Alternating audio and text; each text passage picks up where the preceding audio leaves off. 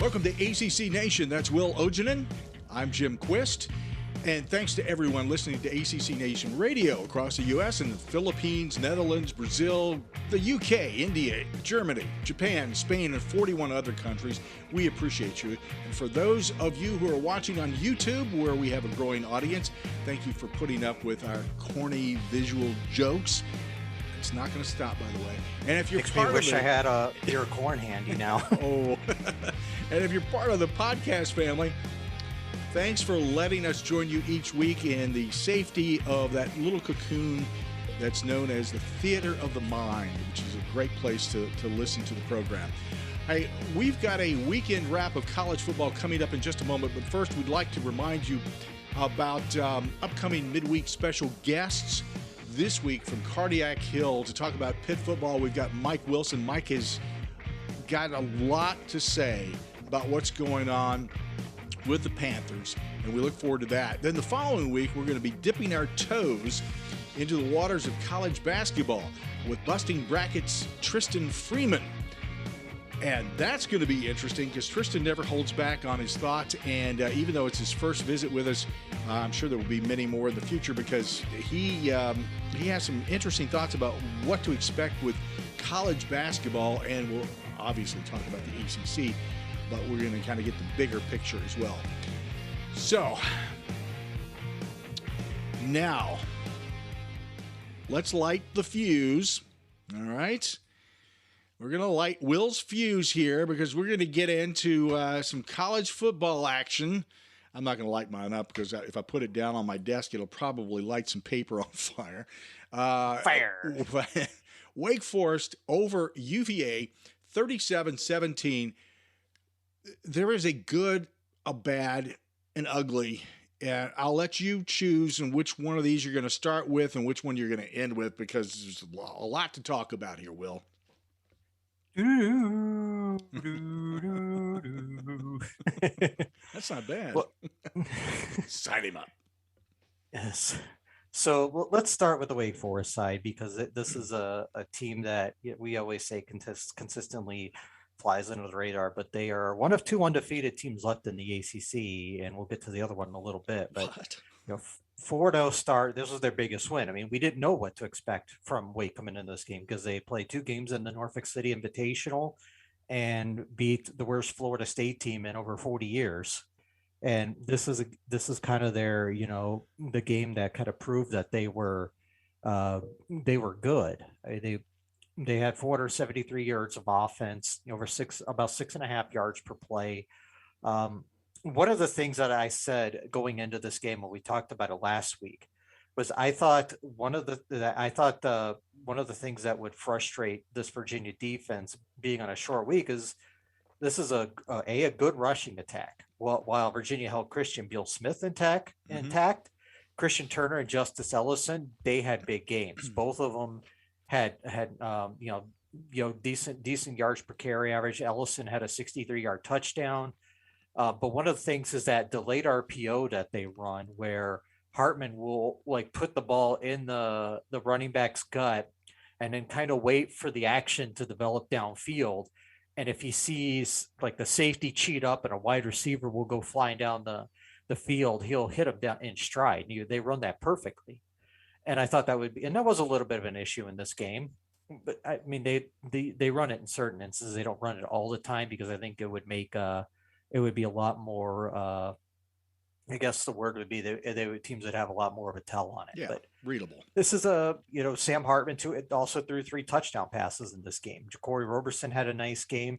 And I even said, before the season started or after week 1, really, when it was announced that Donovan Greenwood missed the season, that that Wake Forest wide receiver group would still be fine because we knew somebody would step up, and that was A.T. Perry. He showed it in week 1. He's been consistent, throughout the season. Caught a touchdown in this game. Taylor Moore had a touchdown.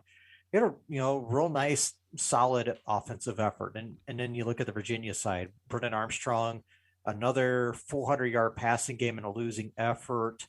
No Wayne Talapapa in this game. He was out with a concussion, but they gave Mike Hollins his first career start. And even though he ran the ball just 6 times, he still looked really good and looked like he should be the running back of the future. probably should start the rest of the season, but that's just my opinion. But 6 carries, 36 yards in this game. Dontavian Wicks looks like an absolute stud. 8 catches, 114 yards, at a touchdown in this game. The problem is the defense for the second straight week is just getting absolutely nothing. I mean, they got hardly any pressure on Sam Howell. They couldn't stop the run, which kind of turned the tide of that game last week after Virginia had come back to take the lead at halftime. Carolina just ran it right down their throats, and they had no answer for it. Virginia pretty much had no answer for the Wake Forest rushing attack in this game, and it's become a trend. And this is a team that cannot get hardly any pass rush. They didn't have any sacks in this game. The Virginia defense did. Meanwhile, Wake got 6 sacks on Brennan Armstrong. And I even said this during the game Friday night. I was like, Wake must have found something in the tape, because this Virginia offensive line is too good for them to be giving up 6 sacks. So they must have found something on tape that was kind of a tell or whatever. So that's a little bit of a concern. So we'll see how that goes forward. But again, the defense, just nothing, could not stop anything. And it's not necessarily to me a scheme issue. It's just a talent issue. They're just, the linebackers are good. I like Noah Taylor. I like Nick Jackson. I like Elliott Brown, but there's just nobody really on the defensive line or in the secondary that really scares you. Right. And we talked about this in our thread yesterday. This is nothing that can really be fixed during the season. You can get rid of the defensive coordinator all you want. That's not going to fix anything. That's not going to fix the talent on the field. You and I, like I said, we had that talk yesterday. Yeah. Nothing. I don't see, what a change at this point is going to do. And you even mentioned it, because a lot of these guys are of Latter-day Saints. They're very much a family oriented. They're very much like family. So it's tight. It's like getting rid of a family member, basically, exactly, as you put it. And it's very true. I think the thing that frustrates me are the people who go out there and have to tweet these players and tell them, that they suck, which, that's, you're an a-hole for that anyways. But it's the internet trolls out there that just make it frustrating when you see these people tweeting these hateful things towards these players. And they're trying, they know they aren't very good, or they haven't been playing well the last couple of weeks. Right. You telling them that is not going to fix anything. Telling Brennan Armstrong that my blind puppy can read a blitz better than you, as I saw in his mentions yesterday morning. Why don't you go out there and try to read a blitz? Yeah, please. And have some like 6'6", 260-pound defensive end coming please. At you. Please. You're probably gonna want to change your underwear, take a shower, and hope you didn't break any bones after he goes through you. Once I wake up from a coma in about 3 years. So and Will, at this point, I think it's appropriate. This is going to come out a few more times during the program. Appropriately so. But we're going to start with the fans who are doing that kind of crap. And there's fans doing this to players in multiple teams. And not just in this conference, but everywhere. Who the hell do you think you are? So here's what I have for you. I have this really big fork. And you can play off of that all you want. You can, it's a big fork. Okay. We could just say we're just stealing lines from The Good Place and telling everybody to go fork themselves. That's right. For me, it's I'll start with, and I'll be nice because you always mention this is a family program. Indeed, we are. Stick a fork in it. Mm-hmm. And that's where I'll stop. But you can take it to the next level, and you know what I'm telling you. Got that? we'll bring that out a couple more times over the process of this program. Hey, one of the things that you're talking about Sam Hartman and how the offense does what Robert Griffin III has mentioned in the the analysis actually of the game has talked about in the past is that it's a mesh. And it is a very effective tool. It's something that throws off defenses. You don't know where the ball is going, basically, or who's got the ball, for that matter, and it affords Wake Forest a lot of opportunities. I have been wanting to say this for a couple of weeks. I wasn't a fan of Robert Griffin or RG3 when he was with Washington. Mainly because I don't like the Skins too much, or what used to be the Skins. It's a Washington football team now. Then it was. And nothing to do with him as a player, but as an analyst, I love the guy. I think he is superb. And thank you for a breath of fresh air. Now, if somebody could just pair him up with somebody else who's doing play-by-play, and here's why. Dude's doing play-by-play, throws out all these words, and from The Princess Bride, I don't think that word means what you think it does. He uses a lot of big words. Excuse me, but it's college football. Why are you throwing out all these big words? Who are you trying to impress? Do you have sort of a man thing going on there for RG3? Made me uncomfortable. My wife sitting there watching the game was like shaking her head going, what is this guy going on about? She thought it was ridiculous. So if it caught her attention and I'm sitting here beefing about it, come on, dude, you got to do better. Start to just Okay, just should talk I football. just steal a line from Full House? Feel Cut free. it out. Yes. All right, let's move on. That first game. Okay, we spent enough time talking about that. Let's zip through these other games. Liberty was the overwhelming favorite going into this game against Syracuse, but Syracuse suddenly is starting to find itself. Syracuse 24, Liberty 21. How about that? Congratulations. Yes, very much. This was one of those games where I picked wrong, but I was happy to be wrong. Yeah, ditto. Yeah. Like I thought, I picked Liberty in this game, thought they were gonna, win, not comfortably, but I thought they'd win. Right. But what it really came down to, and I've even said this before, you're watching Syracuse football, you're watching Sean Tucker, the running back, 31 carries, 168 yards in this game.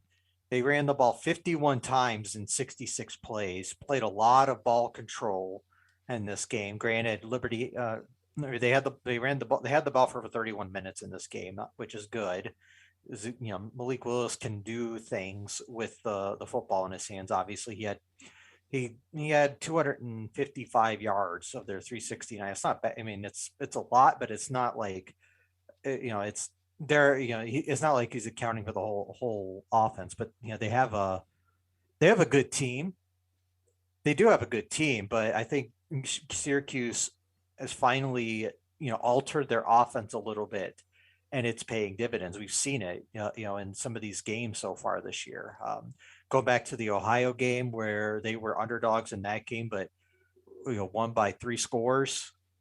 This game, they said they were heavy underdogs at home against an independent team, but they found something in the rushing attack. They're running the ball really, really well, and that's a big win. I mean, that's a lot of people thought Liberty could be a top 25 team, and Syracuse, that's another huge win. And as we're seeing, with some of these teams that we had down at the bottom of the polls in the beginning of the season, they're slowly working their way up now. Next game, Virginia Tech over University of Richmond, 21-10. There are some teams that play to their level of competition. I cannot figure out for the life of me what's going on with the Hokies from week to week. It's a Either, man. win. And yeah, it's a win, but it's kind of one of those things where I was talking to some Tech fans on Twitter yesterday after after the game, trying to figure out what was going on, and I think one of the frustrations from this game was down. It was like 7-7 in the second quarter or something, like it was like seven. They were up 7-0 in the second quarter, and they brought in their backup quarterback like at their own 6 yard line or something like that. I'm trying to remember the exact situation, but I know they were deep in their own territory.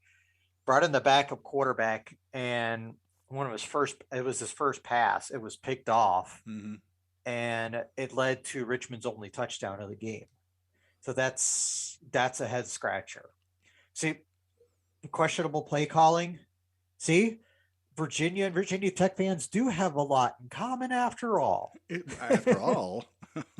Yeah. But it's there are a lot of questions with this Virginia Tech offense. We've kind of seen it, and they're just not, obviously they just don't have that spark that they had last year, but their defense has been good enough to win games for them and keep them in games, so that they at least have that going for them. At least. Our next game, here's where the fork comes out again. The fine folks in the Commonwealth of Massachusetts Massachusetts wants me to send this message to Eli Drinkwitz. Okay, and you can, that's wicked awesome. Okay. So, I thought you were going to turn it around and just go. He's nowhere near me. I can't do that. Overtime win, Boston College.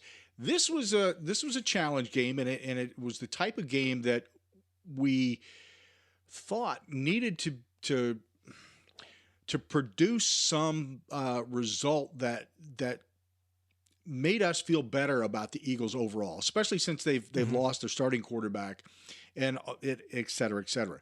41-34 overtime win.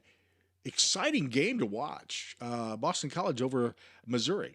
Yeah, great game. One of the thing, and this is another game that I picked wrong that I was glad to be wrong about too. But you know what though? You know what a good coach does? They find a team's weakness and exploit it. This is what Boston College did here. Missouri is terrible against the run. They ran the ball 49 times in this game, 275 yards, averaging over 5.5 yards per carry. And anyone went back to see last week, Missouri got torched on the ground against Kentucky. So what they do, they go Pat Garwo, 25 carries, 175 yards, 2 touchdowns. And he had to get like a 67-yard run during the game, like early on. And they didn't ask Dennis Grosel to do too much. I mean, he did throw one pick early, but rebounded nicely, threw for 175 yards and 2 touchdowns. But this is exactly the kind of win that Jeff Hafley and Boston College need, not only to prove that they are legit, and I'll happy to admit I've been a little bit wrong about them. I thought their season would not spiral, but I didn't think they'd be quite as good with Dracovic gone. Mm-hmm. But he good coaches find a way to win ball games, and they, along with Wake Forest, are the only undefeated teams left in this league. And I think it's safe to say, regardless of whatever happens, I mean, I think he's gonna stay at Boston College, but Hafley's about to get paid in the offseason. Oh, yeah. And Missouri, show me. Yeah. Well, hey, we didn't even talk about the fact that they beat an SEC school, which, but you got those people out there who are like, Paul, there's not a real SEC team, so that don't count. Yeah. They've been wanting to get rid of Mizzou since they came in. They don't show me nothing. Yeah, apparently. Wow. We'll talk about our arch nemesis Feinbaum here in a little bit in some comments that he's made recently. This next game, Kenny Pickett said that they had a players-only meeting, and basically, I think they challenged each other, and that's good. I mean, that's a positive sign. And we'll talk with Mike a little bit more about that in the midweek program. But so help me, I don't see the point in running up a 77-7 win over anybody. I just think it's ridiculous that you do that. Pitt 77, New Hampshire 7 didn't prove anything to me or anybody else other than that you ran over a team that really, probably shouldn't even be on the field with you to begin with. It was it's a stat patter. It's a, let's put another win in and maybe get to a bowl game sort of win type of, I don't know. 77-7, man. Really. Yeah, there's. I don't know if there's much to say about this game other than this game was brought to you by the number 7. The count. 7. But final score 77-7, obviously. Pitt had 707 total yards of offense. They had 7 trips into the red zone. Jeez. Oh. But you said it, the stat pattern game. There was nothing really to take out of this, and they paid New Hampshire a bunch of money to get the teeth kicked in. Yeah. Okay. Let's just move on past this game because honestly, this next one. Yeah, there's nothing to see here. Actually, this next game is the same way. Miami over Central Connecticut, 69-0. Nice. Whoopity doo da day. Why? Well, they wanted to face another team named the Blue Devils. Okay. And finally get a win? Yes. Guaranteed win against the Blue Devil team. But there is one thing to keep and to monitor here is that De'Aaron King didn't play. There are rumors floating about that he actually may be out a little while. Yeah. So if that's the case, we could see freshman quarterback or freshman Jake Garcia. I was about to say Jeff Garcia, but that's not right. I mean that guy's like in his 40s, probably showing 50s your age, right aren't you? now. Yeah. Not even sure he has hair anymore, but whatever. But Tyler Van Dyke. They both played in this game, combined to go 21-25 for 417 yards. But like you said, there is nothing to see here. This is another one of those beat downs that you pay a bunch of money to kick their teeth in. Yeah, I just look. I'm generally against FBS playing FCS anyways, and this is two pieces of evidence examples as to why. That's right. All right, our next game. This was an important game in that it was going to demonstrate to us what type of team both of the participants are or were. And I love watching this game for a couple of different reasons. There was so much. I'm going to pull out all the positive here because I see tons of positive on both sides here, even though there is a weak point on one team that I'm not sure it's going to be corrected this season. It could be. I mean, there may be some things there that can be corrected. I'm not sure there is though. Overtime win. NC State bumping off Clemson 27-21. Now, before you tear this one apart, let me just say to both sets of fans, great job by both your teams. Clemson fans, don't get whiny about this, okay? Teams go through these ups and downs. NC State fans, don't take this too far and blow it out of proportion. And there is one group of fans that I really want to call out on the carpet. And again, Here is what I'm going to share with you, and this is the Wolfpack fans who were on the field, who were trash talking and saying stuff to Clemson players after the game. Leave them the hell alone. You're not on the field playing the game. You're a fan. Respect them for participating in a game. Allow them to exit without being, verbally abused and anything else. Don't lay a hand on them. Just say, hey, good game, man. And show that you're the better person and that you understand sportsmanship. Otherwise, you'll look like an absolute hole, okay? And there's a couple of you who were on TV the other day who demonstrated perfectly just that.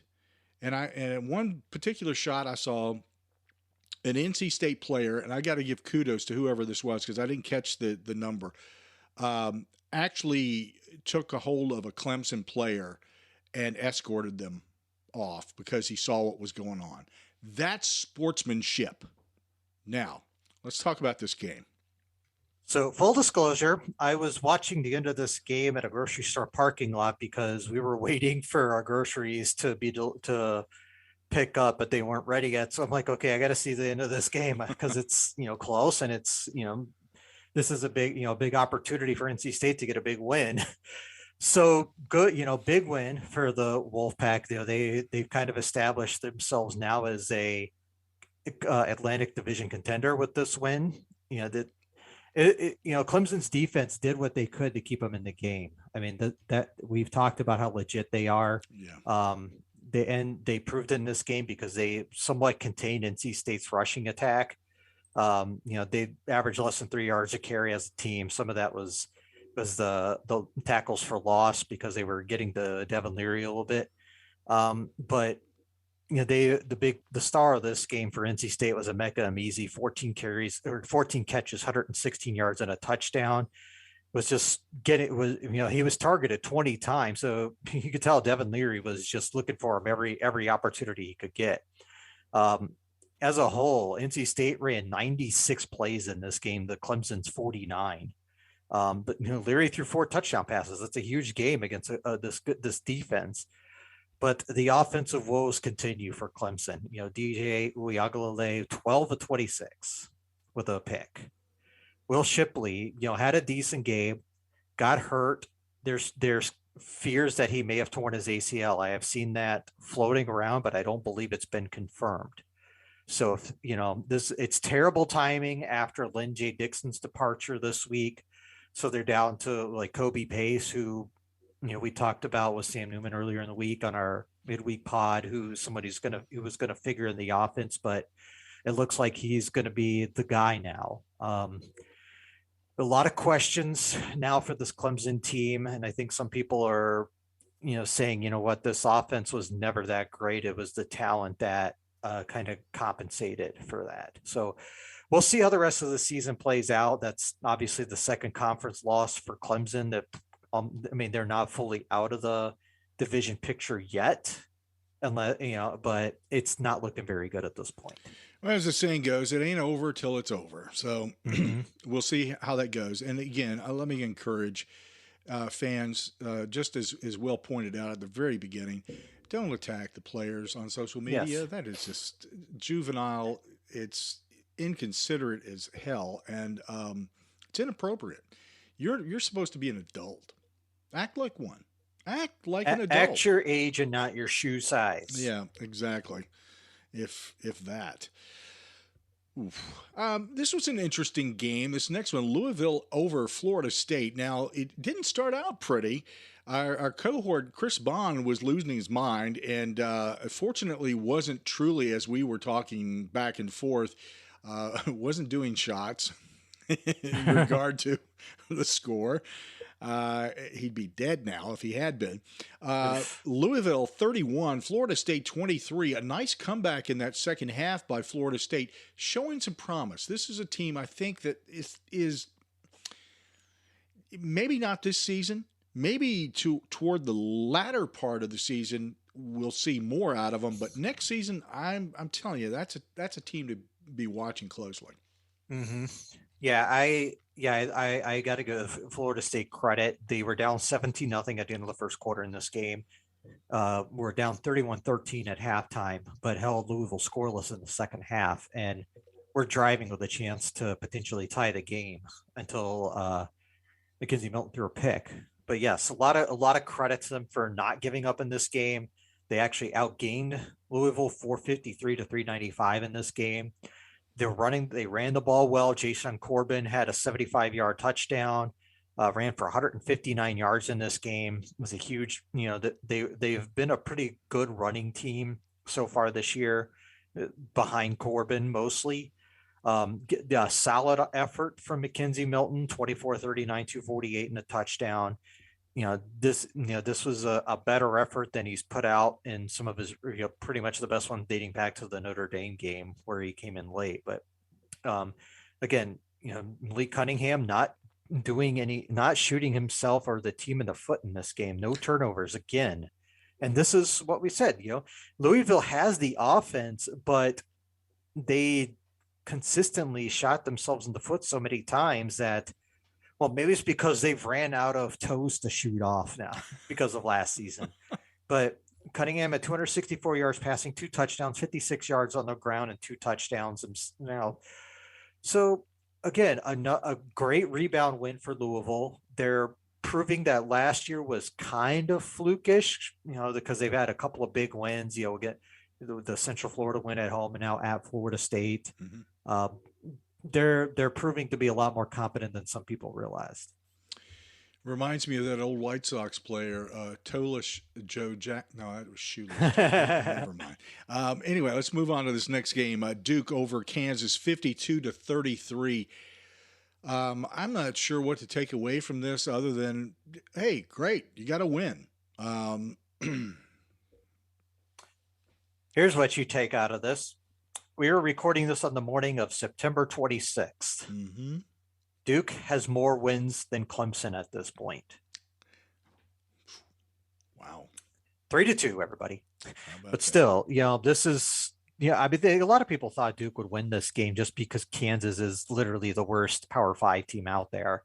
And it was kind of proven in this case because Duke racked up 607 yards of offense in this game. Mateo Durant, he's a stud, 124 yards and a touchdown. Gunnar Holmberg, 328 through the air, 88 on the ground. He combined for 5 touchdowns, pulled the Al Bundy and ran for 4. Again, this is you're not. I don't know what to take out of this just because Kansas is bad, but what it does do is it puts a third W in Duke's win column. And like I said earlier, these teams at the bottom of the league that we had in the preseason, like them in Syracuse, are slowly rising to the top. And let me just reemphasize, because I know some people who listen to the program on a regular basis are going to go, well, what do you think about this now, Mr. Loudmouth? Duke still needs a new coach. Syracuse still needs a new coach. I'm sticking with that all the way through the season. I don't care how many wins they get or how glorious it all ends up. They still need new coaches. Now, and that's my opinion. And like everybody else in this world, with opinions and all that kind of stuff, got that one too. Now, this last game, I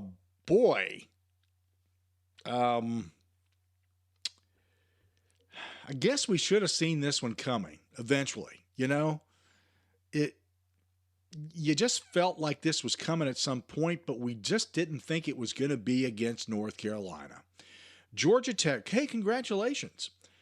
What I say about you guys, you fans, you should be excited with what's transpiring. And here's your reward. 45-22, Georgia Tech pretty much laying some wood on North Carolina. They laid the wood. Laid the smackdown on their candy asses. That's right. Oh my God. All right. Here's his Twitter handle. Never mind. At the Rock. Yeah. Yep. So you remember last week, Virginia got absolutely hardly any pressure on Sam Howell. They might have had like one or two sacks. I don't remember off the top of my head. Mm-hmm. Georgia Tech had 8 sacks in this game. Crazy. So there's a trend. North Carolina cannot protect Sam Howell for anything.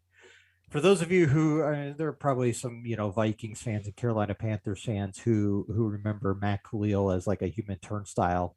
That's kind of what North Carolina's offensive line looks like, 5 versions of him. Um, so yeah, this is a very surprising effort, but you know, because yeah, I didn't think Georgia Tech would put a 45 on this North Carolina team and only hold them to 22. Nobody really thought that.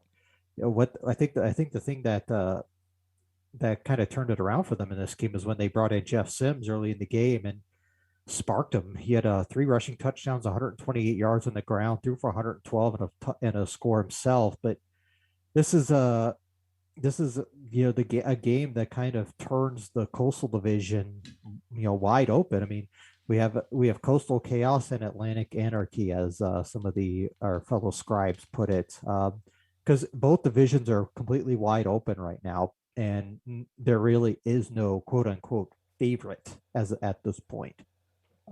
Huge win for Georgia Tech after they started off the year sluggish, losing to Northern Illinois as a 3-score favorite, but this is the kind of win that kind of makes you think that Jeff Collins may have something brewing there. And last but not least, Notre Dame over Wisconsin. Big surprise, I think. 41-13. Another one of those games where I picked wrong, but glad to be wrong because I like when Wisconsin loses. I noticed that. Anything out of Wisconsin, really. Yeah, but, specifically one area. Mm-hmm. Not necessarily always Madison, but a little further north as you're heading towards the lakes. The lake, yeah. Yep. So anyways, the story of this game was Jack Cohn. He was all right, but I think he got hurt, if I'm not mistaken, in this game. And then they brought in Drew Pine, who looked really, really good. 6 of 8, 81 yards and a touchdown. And it was brought up on social media yesterday that they now have a pine cone controversy. Oh. All right. Not a great rushing effort in this game either.